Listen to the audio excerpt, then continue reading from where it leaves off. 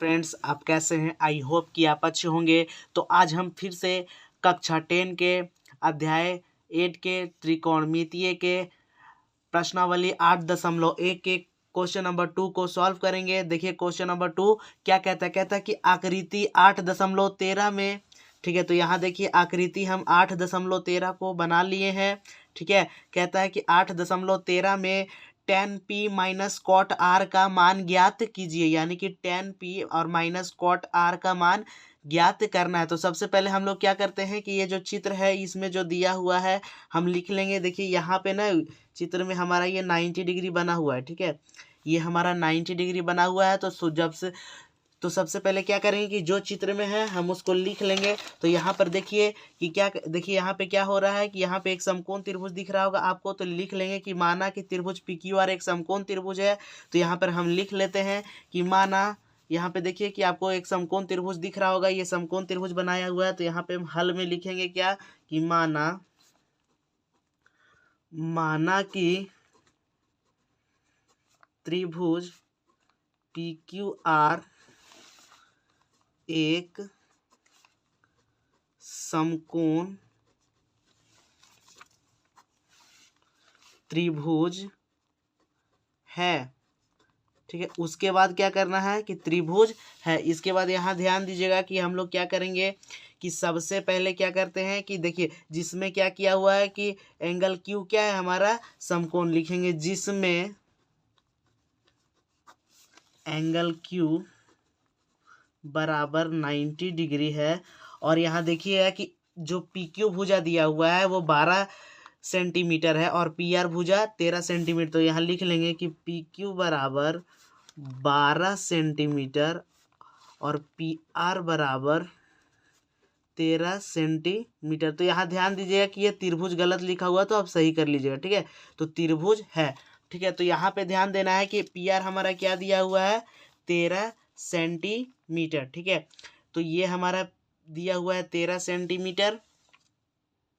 तो यहाँ ध्यान दीजिएगा कि tan p minus cot r का मान ज्ञात करने के लिए सबसे पहले हम QR भुजा को निकालेंगे। तो QR भुजा को हम लोग पाइथागोरस प्रमेय लगा के निकालेंगे। तो सबसे पहले यहाँ पर हम बोलेंगे कि त्रिभुज PQR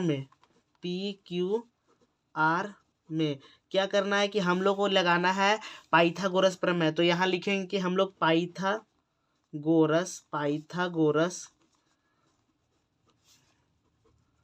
प्रमेय से।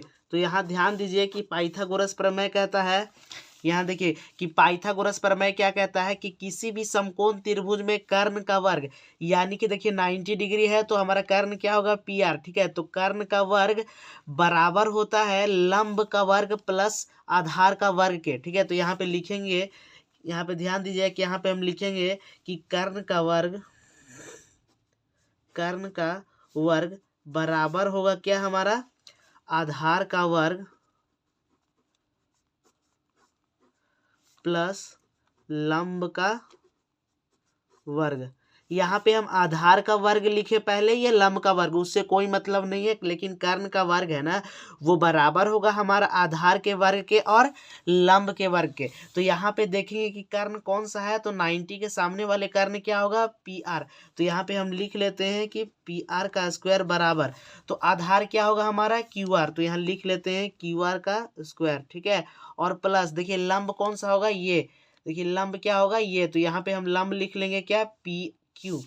ठीक है, तो यहाँ लिख लेते हैं PQ का स्क्वायर। ठीक है, तो यहाँ ध्यान दीजिएगा कि PR का स्क्वायर, यानी कि PR हमारा कितना दिया हुआ है 13 सेंटीमीटर। तो हम यहाँ लिख लेंगे 13 लिख लेंगे, यहाँ स्क्वायर लगा हुआ है तो स्क्वायर लगवा देंगे। ठीक है, तो QR का स्क्वायर, यहाँ देखिए कि QR का स्क्वायर नहीं दिया और QR हम लोग निकालना है, तो इसको छोड़ देंगे कि QR यानी आधार को हम लोग छोड़ देंगे QR का स्क्वायर प्लस देखिए कि PQ हमारा कितना दिया हुआ है कि यहाँ देखिएगा कि जो PQ है वो हमारा क्या दिया हुआ 12 सेंटीमीटर। तो हम यहाँ लिख देंगे कि 12 का स्क्वायर, क्योंकि PQ में स्क्वायर लगा हुआ है।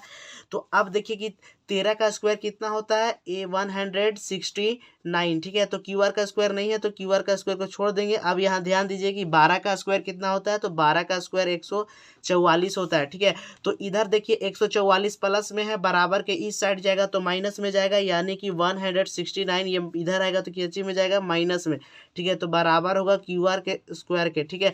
तो यहाँ ध्यान दीजिए कि जब 169 में 144 को घटाते हैं तो हमारा आता है 25, और इधर देखिए क्यू आर का स्क्वायर। तो यहाँ ध्यान दीजिएगा कि जब इधर से बराबर के इधर से स्क्वायर को हटा के इधर लगाएंगे तो इधर क्या लगाते हैं रूट, अंडर रूट 25 बराबर क्यू आर का स्क्वायर, ठीक है। क्यू आर का स्क्वायर यहाँ से हट चुका है तो यहाँ से हट गया, हटा के हम लोग इस साइड में क्या लगा दिए रूट। तो देखेंगे कि रूट 25 का यानी कि 25 का वर्ग क्या होता है, तो 25 का वर्ग हमारा क्या होता है 5, यानी कि 5 सेंटीमीटर हमारा क्यू आर आ चुका है। क्यू आर आधार जो है हमारा 5 सेंटीमीटर आ चुका है, तो हम लोग लिखते हैं 5 सेंटीमीटर।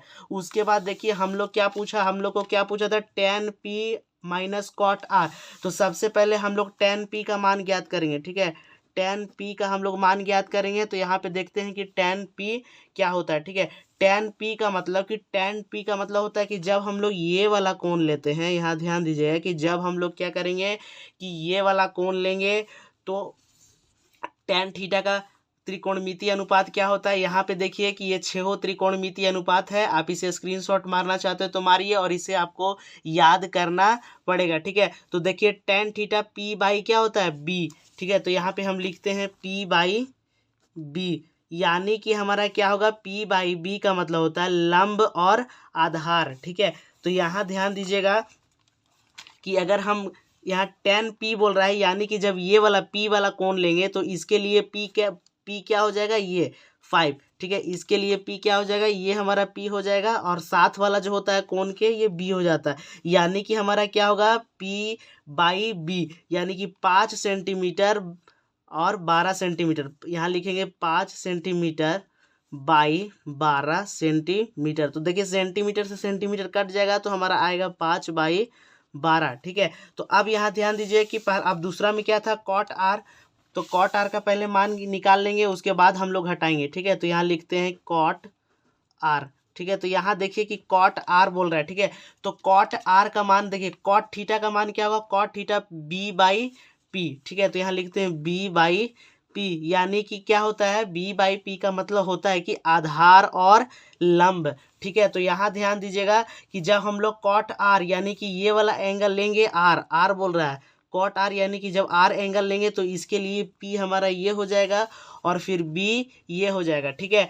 तो हम लोग को क्या लिखना है कि बी बाई पी। तो देखिए कॉट आर के लिए बी कौन होगा ये, तो यहाँ बी क्या दिया हुआ है 5 सेंटीमीटर, ठीक है। और पी हमारा ये सामने वाला भुजा क्या दिया हुआ है 12 सेंटीमीटर, तो हम लोग लिखेंगे बाई 12 सेंटीमीटर। देखिए सेंटीमीटर से सेंटीमीटर कट जाएगा तो ये भी हमारा आया 5 बाई 12। अब क्या क्वेश्चन में बोल रहा था कि tan p को माइनस करना है कॉट r के साथ, तो यहाँ पे हम लिखेंगे कि tan p minus cot r। तो जब हम लोग tan p में क्या करेंगे कॉट r को माइनस करेंगे, तो देखिए tan p का मान हम लोग क्या निकाले थे 5 बाई 12, तो यहाँ लिख लेते हैं 5 बाई 12 माइनस देखिए कॉट r का मान क्या निकाले थे 5 बाई 12, ठीक है। तो देखिए यहाँ पे हम लोग बीम का जोड़ करेंगे, तो देखिए कैसे करना है हम लोग को। देखिए जब 12 का 12 और 12 का एलसीएम निकालेंगे तो हमारा 12 आएगा, तो 12 को जब भाग करेंगे 12 से तो 1 आएगा, और 1 को 5 से गुना करेंगे तो हमारा क्या आएगा 5, ठीक है। और फिर से 12 को जब 12 से डिवाइड करेंगे तो 1 आएगा, और 1 को 5 से गुना करेंगे तो क्या आएगा 5, यानी कि 5 में से जब 5 को घटाएंगे तो हमारा 0 आएगा, और नीचे क्या आएगा 12। तो जब हमारा ऊपर जब यानी कि जब हमारा हर और अंश आप जानते होंगे, तो देखिए जो हमारा ऊपर है वो 0 आ रहा है, यानी कि ये टोटल कितना होगा, यानी कि कुल 0 होगा, क्योंकि ऊपर जब 0 आ रहा है तो इसका आंसर भी क्या होगा 0, क्योंकि यह 0 के बराबर है तब तो 0 आ रहा है। तो अगर ऊपर 0 नहीं आता तो ये इसका आंसर 0 नहीं होता, लेकिन ऊपर यानी कि अंश में हमारा 0 आ गया है तो हमारा 0 आंसर होगा, ठीक है। तो आशा करते हैं कि यह वीडियो आपको पसंद आया होगा।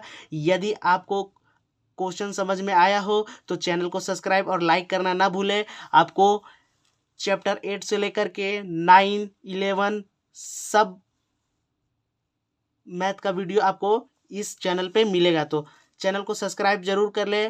जो फिर मिलते हैं हम एक नए वीडियो के साथ, तब तक के लिए जय भारत।